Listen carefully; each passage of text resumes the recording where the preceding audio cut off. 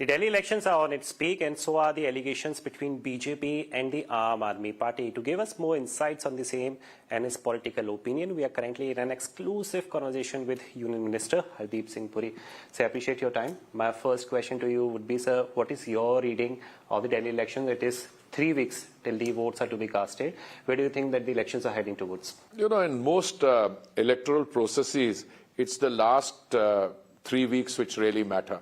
But more important than this, I think, is the fact that Delhi, the elections are of crucial importance, because not only because it's Delhi, but it's the capital city of Delhi.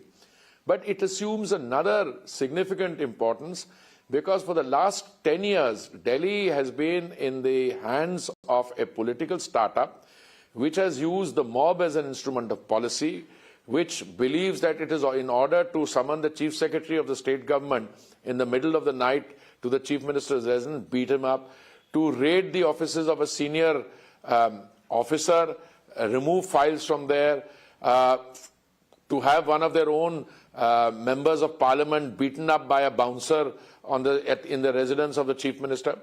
It's a bizarre setup. Plus, they've been lying through their teeth.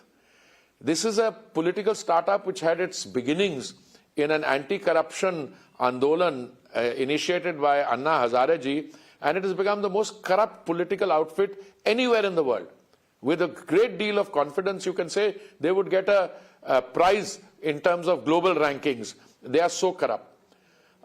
Just to give you one example, you know, the amount of scams that have been chasing them.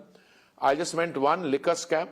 It's one thing to give a person a free bottle of liquor if he's buying one, but it's quite another thing to, in terms of the ethical coordinates and the moral coordinates, to set up a sharab ka theka outside a gurdwara, to set up a sharab ka theka outside a school, and in RWAs. And then I am amazed at the audacity of these people. One of their candidates, Atishi ji, she says she wants to get some crowdfunding done because she wants 40 lakhs for our election. I have not done this calculation, but Sandeep Dixit ji has. And he has said that they are hiring volunteers at 500 rupees a day, and that in each constituency they are spending 4 to 5 crores on volunteers. If you're spending 4 to 5 crores in each constituency on volunteers, and you've got 70 constituencies, why do you want 40 lakhs of rupees from crowdfunding? I'm not going into the rights or wrong of it. He was supposed to produce world-class infrastructure in education, in health. He gives guarantees. His guarantees are cheap a dozen. He gave 2 guarantees for Punjab. One is that every entitled sister in a family would get 1,000 rupees a month. It's been 36 months since the promise was given. Not a single pie has been received. So much so that when he talks about replicating the scheme in Delhi, our children, our sisters from Punjab come here to protest. He said he will give Punjab a Nasha Mukt state. The drug mafia is running riot there. And every day when you open the TV here, the example of Punjab is coming through a Nasha Mukt Aam Aadmi Party leader. So, you know, if I don't clean up the Jamuna ji, don't vote for me, I will not even ask you for a vote. This is something he said in 2015, he repeated in 2020. Today, the only discussion on Jamuna ji is whether the pollution levels are 500 times or 2,000 times more than the prescribed levels. Why is he asking for votes? By his own admission. And schools, I will build new hospitals. No hospital has been built. I will build a technical university in Mundka. There's a promise made in 2019. Now he says in 24, no, I will do it in the next 5 years. You know, for everything that he was supposed to do, he has an excuse. This is why I called him the shoot and scoot brand of politics.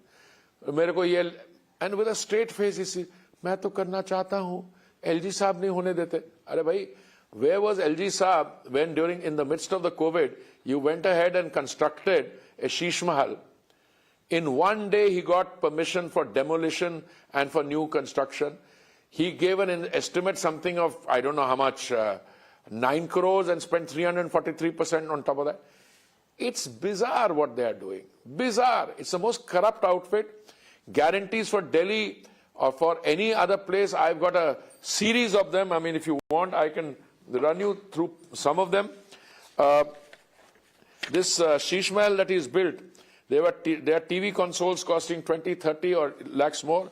There's a mini bar for 4.8 lakhs, L-shaped sofa for 6.4 lakhs, treadmill and gym equipment for 18.5 lakhs, kitchen equipment for 40 lakhs. You can go on and on. And sir, this is something which the BJP leaders have been reciting, that it is mentioned in the CAG report as well. But leaders on the Aam Aadmi Party side, they are saying CAG report hai kahan pe? No, that is another story. That's another. This issue came up in response to a petition filed by the Delhi MLAs, and the Honorable Judge heard it yesterday morning, and hearings were continuing. During the morning, he said that the manner in which you are delaying the submission of the CAG report, it casts serious doubts on your bona fides. Now, this is a learned judge's language, which is mild. When you say it casts doubts on the bona fides, it means you're a liar. This is what it comes down to.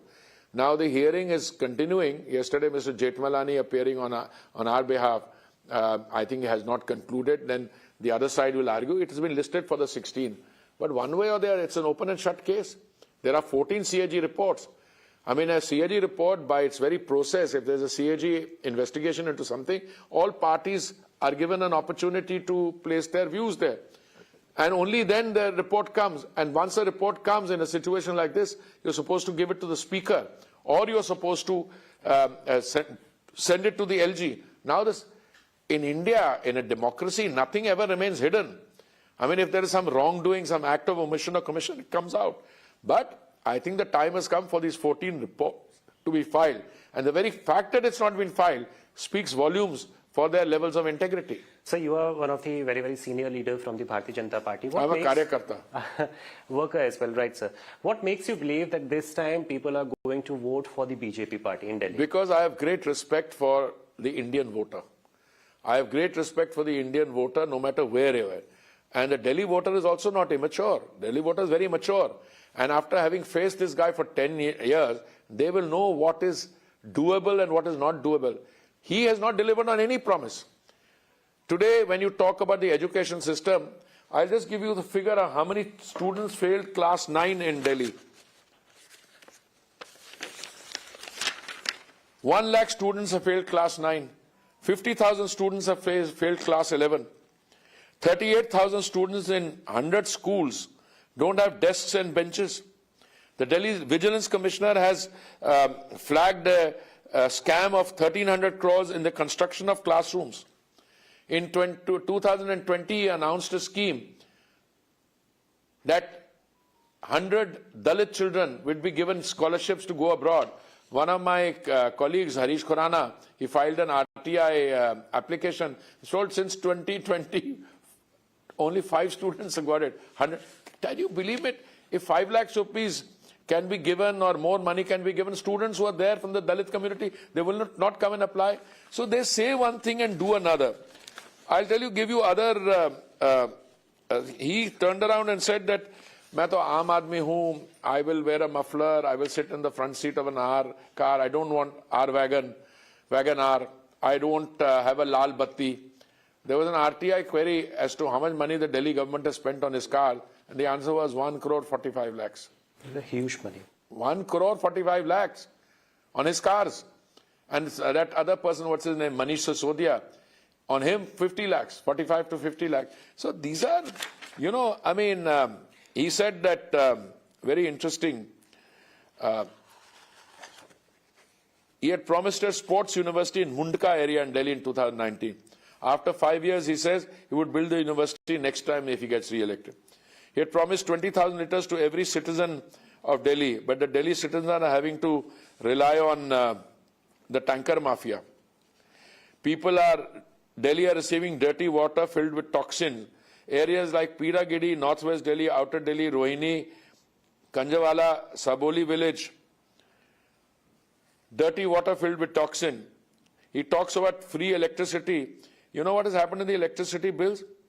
One slums, if Chitravahar got a high electricity bill of 34,000 rupees, 70% of Delhi people have their bills over 2,000 rupees. So where is the low-cost electricity? Now I can tell you, whatever else you do, just look at the things that they have said in terms of what they will supply to the common people and see what the delivery there is. Sir, also in the current political discourse where the BJP is continuously raising the issues like Sheesh Mahal, on the other side, Raj Mahal is currently being talked about. You talk about the liquor policy issue as well. So amid the same, do you think that the core issues like the pollution, the traffic congestion, or the big garbage mountains in the capital city, these are the kind of issues which have gone for a toss? They are not being ignored. They are being upfront in any analysis. You talk about the pollution levels first. 100%. Even on the day is clear and the AQI has fallen, you'll still talk about pollution. That's a given. Because the choking of the lungs takes place to Delhi. Look at the state of our children.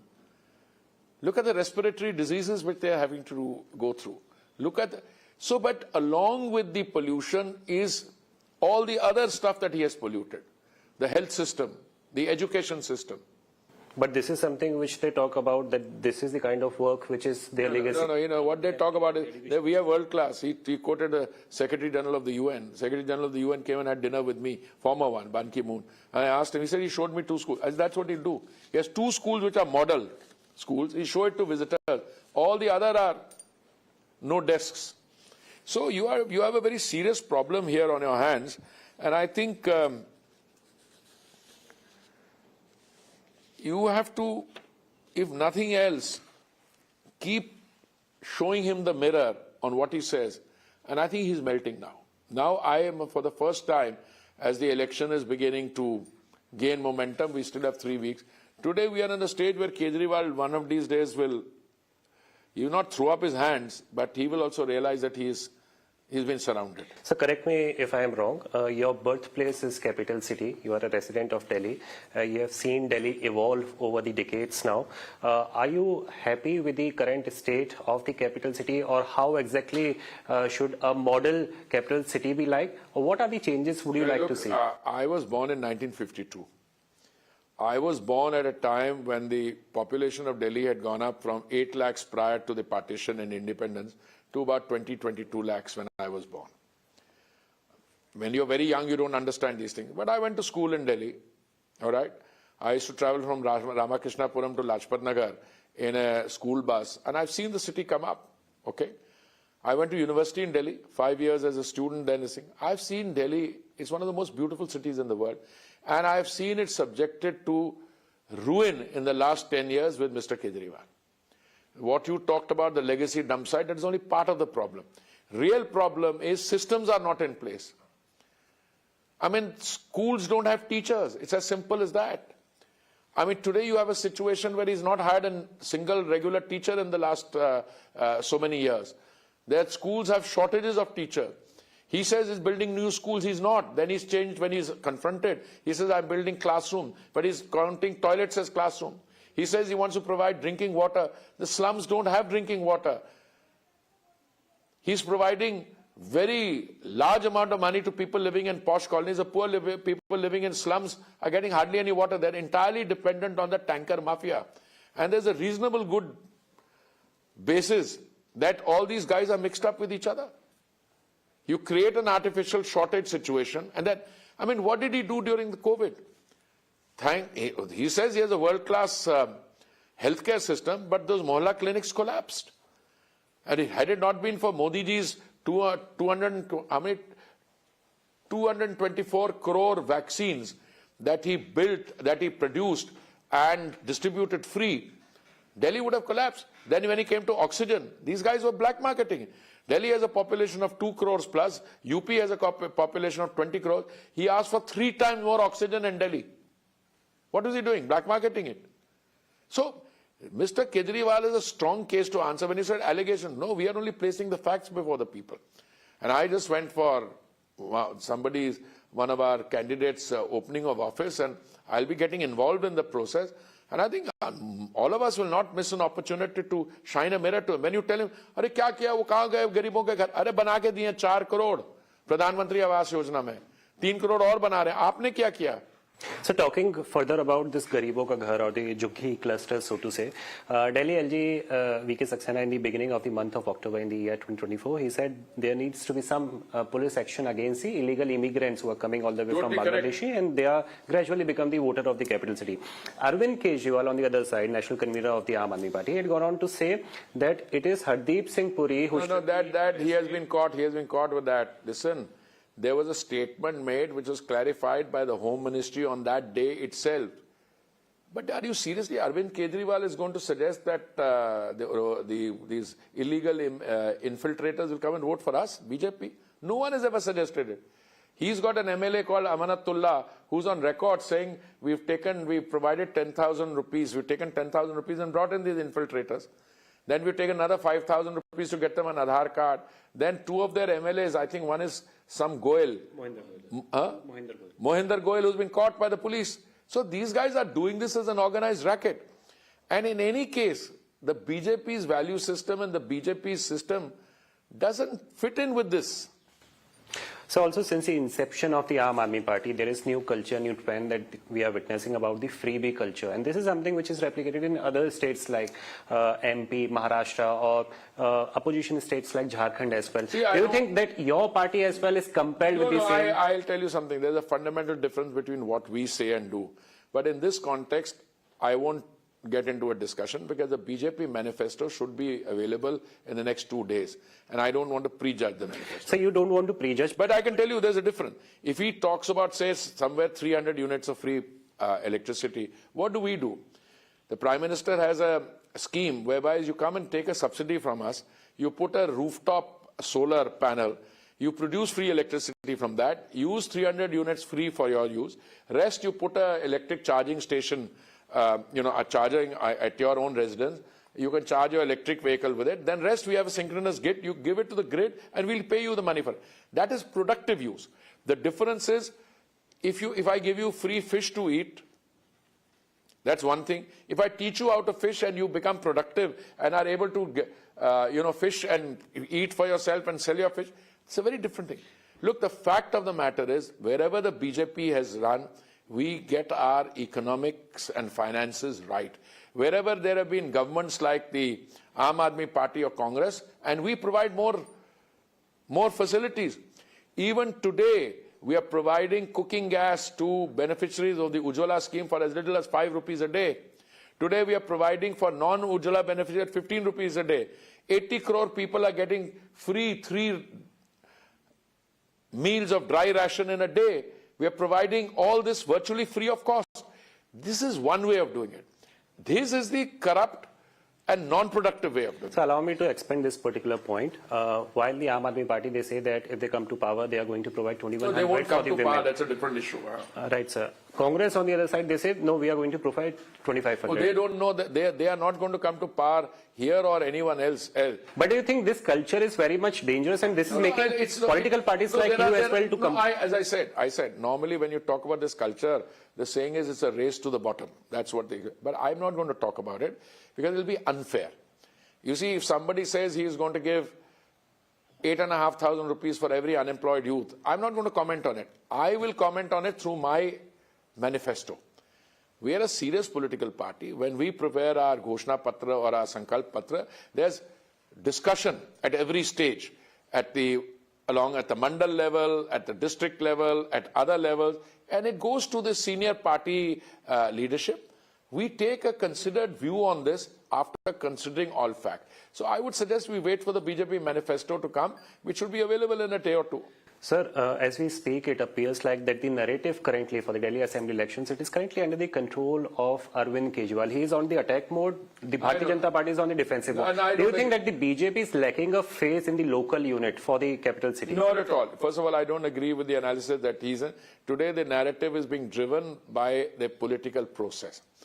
The very fact that we are bringing out his many guarantees, I have, during the interaction with you, Nikhilji, I have pointed out to so many things which he said he didn't do. So he can't run away from that. And when we say something, when Amit Shah ji makes a statement to 300 informal settlement representatives, it stings him straight away. And next day he makes a statement. So he's the one who's reactive. When I say something, he says, no, unko to arrest kar dena chahiye. Arey bhai, maine kaha kya, tumne kya kiya, dekh to lo. Tumhare Amanatullah ne kya kiya, Mohinder Goyal ne kya kiya. So I think it's very much that the political temperature is rising. But the most serious part is, he said in 2012, अगर CAG ना होता तो कांग्रेस ने देश को बेच दिया होता.